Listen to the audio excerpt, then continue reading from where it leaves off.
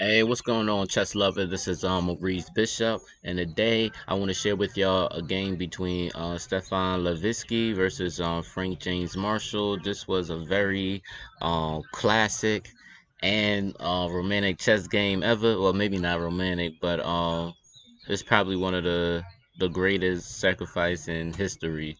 So it's a pretty crazy game. So I'm actually start out. Stefan actually played as white. Frank James Marshall played as black. So without further ado, let's actually get started.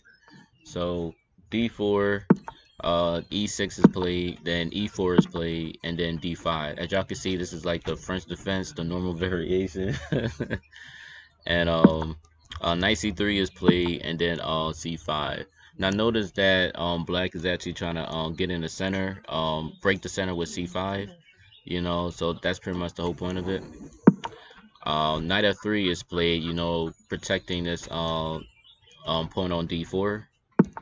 Knight C6, as you can see, the C pawn and the knight on C6 is also hitting this pawn twice. But again, it's just putting more pressure on that D4.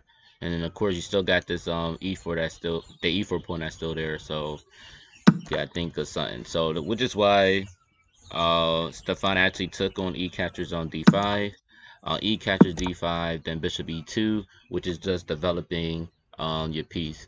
So always remember that, guys. You want to continue to develop your piece. Knight F6 is played. Um, white castles. Bishop E7, Bishop G5, a castle, and D captures C5. All right. So with D captures C5, Black didn't take back on C5. I guess he figured he can always get that back and everything. But again, Black is focused on developing his piece, but also um you also gotta realize that this on D5 is also is falling. It's about to be falling because after Bishop G5, then his D5 pawn is going to be gone, which is why Black decided to go Bishop E6 to defend this pawn. So that's the reason. That's really the main reason why the Bishop on E7 didn't take on C5, because they didn't want the D5 to fall. So Bishop E6 is played. Knight D4. Bishop catches C5. Finally, he got his pawn back. But knight catches E6, and F captures E6. So now this D5 pawn is pretty strong. It's supported by the E6 pawn. The only problem is this E6 pawn becomes a backward pawn and everything. So white can potentially use that against him. All right. So as you can just see already, that backward pawn, Bishop G4 is played. Already hitting Bishop catches E6. So Black defends with Queen D6, Bishop H3, Rook A to E8 again, giving this E6 pawn more protection, and the Queen is also supporting it as well. Queen D2 is played. Bishop B4, as you see, pinning this knight and everything, and also you have threats of D4 coming in, where this knight will be lost. So that's why Bishop catches F6 is played. Rook catches F6, and then Rook D1, and this is pretty Rook A D1 is played to develop the rook, but also if it was some things like D4 playing, threatening to take this knight. For instance, if D4 is played, then he does have a move like Queen G5, where the pawn can't take because this rook will take his queen. And then after all, the knight will be able to get free and maybe move to knight G3, things of that nature. So that's pretty much the whole reason of that. But after Rook A D1, Queen C5. So now that this queen is out of the rook's way, as you can see, the rook is not on the same file as the queen now. Now the threat is still the same with D4, getting ready to push the pawn on D4 to win this knight. So, which is why Queen E2 is played to get out of that pin. Bishop captures C3. He takes, and then Queen captures C3. All right. So then white sees the move rook captures d5. As y'all can see, the e can't take because the queen catches e8.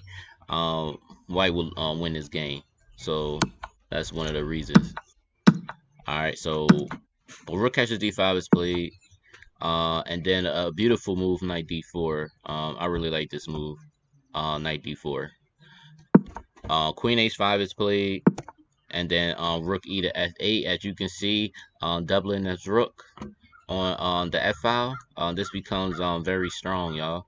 And just remember that, y'all, when y'all playing, especially like in the middle game and everything, just always remember, man, if you could double your rooks on the same file and everything, it will definitely become very dangerous, especially if it's close to the king. So always remember that. All right, so rook e5 is played, as you can see. Well, he would love white would love to capture his e6 pawn or whatever, things like that. But as of now, it's supported by the rook. It's supported by the rook and it's supported by the knight. So but rook e5 is also a good square. All right, but rook a6 is played, queen g5 is played, and then rook captures h3. Now notice, y'all, rook captures h3 is played. Now why cannot white take this rook? Why can't white take this rook? Y'all probably can see it already. Uh, if G catches h3, then knight f3 check, and knight will win this queen. So that's the reason why that rook couldn't be taken. All right, but after rook catches h3, because white already see that, rook c5 is played and everything. And look, y'all probably know this famous game or whatever. For all y'all that don't know this game, if you need to pause the video, just pause it. But it's black to move and win. And black does this one move and white totally resign after this. What do you think this move is? Pause the video if you need to.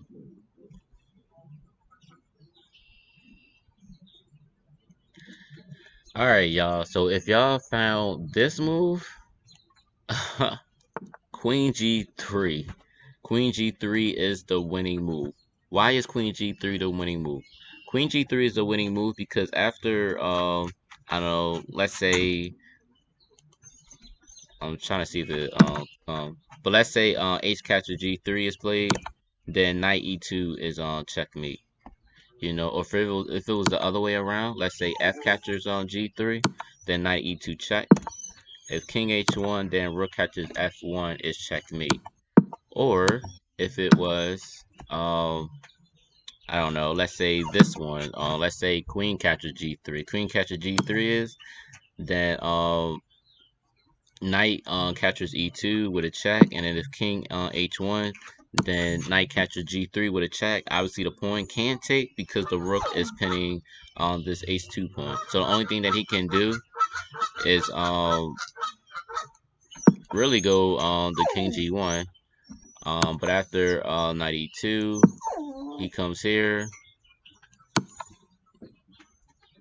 Actually, this probably would be the only move that he could which it really wouldn't matter. He'll just lose his queen. But either way, black will win in this position. But yeah, it looks like after King G1, this is pretty much all over after this.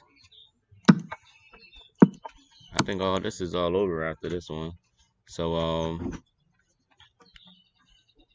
yeah, y'all, let's go back real quick. Yeah, Queen catches G3. Yeah, knight E2. After knight E2, King H1.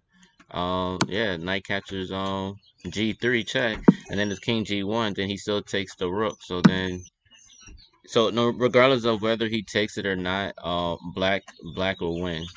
So even if he decides to take the knight, then we'll be a rook up.